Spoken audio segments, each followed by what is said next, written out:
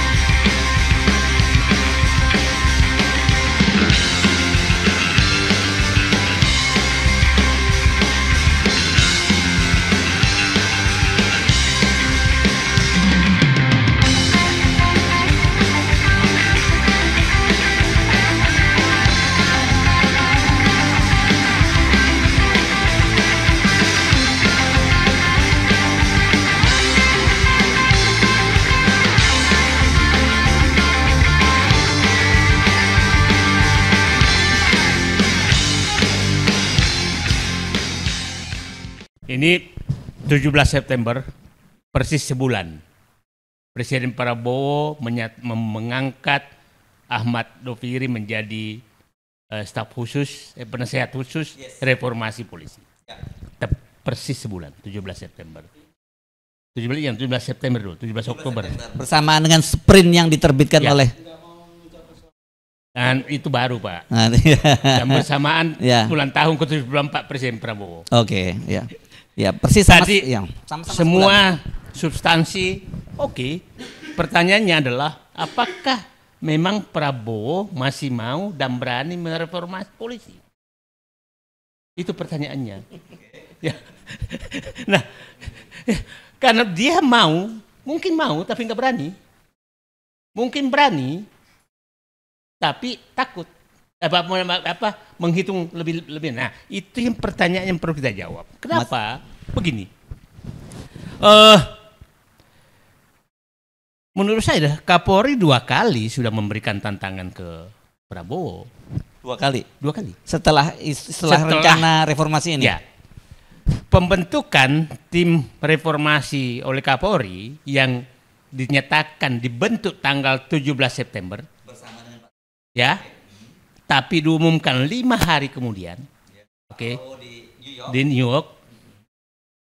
Bagi kita yang ngerti birokrasi itu tidak masuk akal. Kenapa? Pelantikan Ahmad Doviri itu jam 3 sore. Masa langsung jadi tanggal 17 juga Kapolri bentuk timnya? Artinya dugaan saya ini tanggal diantidatir. Sebagai tanda ngeledek, lu mau bentuk, gue lebih duluan bentuk. Itu. Yang paham birokrasi. Saya lama asesmen, jadi paham betul. Dan sering melakukan yang seperti itu? Enggak ya? Nah, jadi itu menurut saya ledekan bahwa lu baru berencana bikin, gue udah bikin. Iya.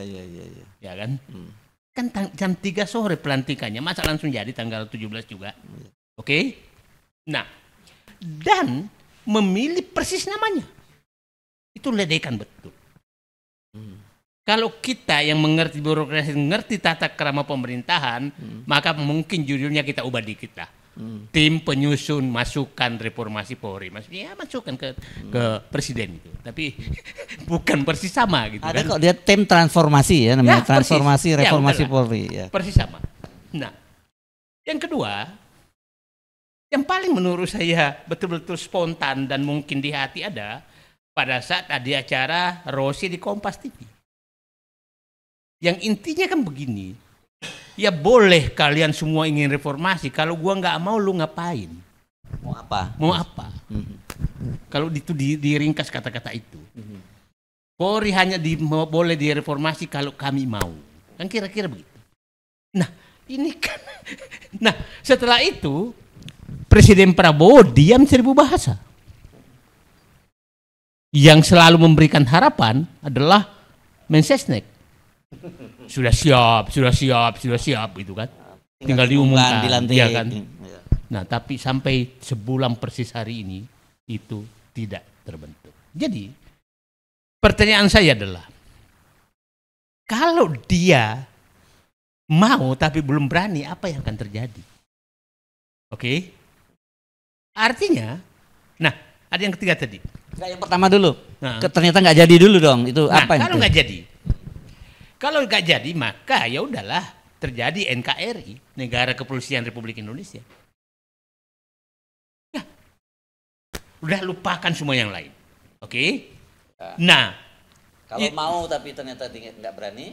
Nah, kalau mau tapi tidak berani, maka kita perlu memberikan keberanian. Nah, Pak Prabowo 3 hari lagi masuk 1 tahun. Nanti dulu. Pak Prabowo itu Jenderal Kopassus. Ngapain Anda sipil memberikan keberanian kepada orang Jenderal Kopassus? Bukan, karena ini bukan perang Kopassus nih. Oh, bukan. Ini orang uji nyali. Oh, iya, oke. Nah, di sinilah uji nyali diuji. Okay. Kalau mungkin tembak-tembakan, mungkin beliau jago. Nah, sehingga mungkin juga karena Pak Prabowo sudah lama sekali di politik, maka udah takut juga dari Parcok. Gitu. Nah, jadi ketakutan dia tuh muncul bukan sebagai jenderal tentara, tapi sebagai politisi yang takut ke Parcok. Kalau sesama partai politik jelas Parcok jauh lebih terstruktur, lebih sistematis, lebih terorganisir gitu ya. Gitu. Ya, dan kekuatan sampai level desa ya. Dan mungkin Pak Prabowo tahu persis kekuatan Parcok itu. Sehingga ketakutan Pak Prabowo bukan takut sebagai presiden, bukan takut sebagai Jenderal Kopassus, tapi saat takut sebagai ketua partai politik dari Parcok. Nah, ini namanya manusia merdeka, jadi dia merdeka ngomong aja apa aja. Enggak, kita baca gejala. Kalau gejalanya seperti itu. Nah, apakah terjadi sesuatu sampai 20 Oktober? Hari Selasa 1 tahun ya. Persis 1 tahun. Ya mudah-mudahan terjadi sesuatu dan itu dilakukan oleh Pak Prabowo. Kan begini saya bilang. Kami Koalisi Aksi Menyelamatkan Indonesia di Jogja kan sudah menyatakan bahwa memberikan waktu kepada Presiden Prabowo sampai 20 Oktober dia harus menjadi tuntunannya kan ada berapa? 1, berantas korupsi, 2, wujudkan pemerintahan bersih, 3 adalah kembalikan aset negara, 4 adalah yang terakhir adalah reformasi penegak hukum dan polisi. Nah, yang belum jalan sama sekali malah maju mundur, poco-poco. Nah, ini poco-poco sebenarnya. Nah, poco-poco ini adalah reformasi polisi. Nah, jadi Pak sebenarnya tanggal 17 September itu sebenarnya Pak Prabowo keluar dengan saya akan reformasi polisi. Langsung turun joyokan. Kami hanya bisa mereformasi kalau kami mau. Dan kami sudah membentuk. Mau apa kalian? Nah, kira-kira bahasanya kan begitu gitu kan. Nah, Pak Gubernur kan di dalam itu menurut saya tuh etikanya sudah jauh sekali dari etika sebagai alat negara. Dan mungkin juga Kapolri ini lupa bahwa polisi itu lembaga negara, bukan lembaga milik polisi. Lembaga negara tuh apa maunya rakyat, apa maunya orang yang mendapatkan mandat dari rakyat. Tumben ngomongnya bukan lembaga Solo, dari punya Solo gitu biasanya. Ya. Enggak, nah itu nanti belok ke sana. Oke. Nah, kita lihatlah. Nah, saya mau kaitkan itu. Siapa tahu sebenarnya itu juga hasil menghadapnya Jokowi tanggal 4 Oktober. Oh gitu ya? Ya, bahwa jangan coba-coba sentuh polisi. Nah, itu ada indikasi dari pernyataan Luhut Binsar Panjaitan. Di mana Bang? Yang menyatakan bahwa jangan sentuh Kapolri. Nah, yang itu sampai sekarang saya belum ketemu itu. Di mana ngomongnya? Itu beredar di mana-mana bahwa itu ada pernyataan itu. Iya. Dan kita tahu kan, ini kan geng Solo betul. Iya. Jadi siapa tahu sebenarnya Pak Prabowo ini memang ya masih takut dengan geng Solo sehingga membentuk reformasi polisi aja nggak berani gitu. Nah karena ada kaitan setelah itu 4 Oktober menghadap gitu loh, menghadap Jokowi. Kalau itu bukan, kalau dalam konteks seperti yang Anda sebutkan bukan menghadap, berarti mendatangi. Kalau yang seperti itu. Ya, mendatangi. Kalau menghadap itu kan memohon, iya kan? Tapi kalau itu mendatangi. Kalau itu mendatangi berarti isinya mengancam gitu ya. Enggak harus ya. Iya. Nah, pertanyaan saya sekarang, kalau sampai tanggal 20 Oktober dan tidak dilakukan tidak terbentuk tim reformasi Polri, itu berarti kita tidak boleh berharap apa-apa lagi.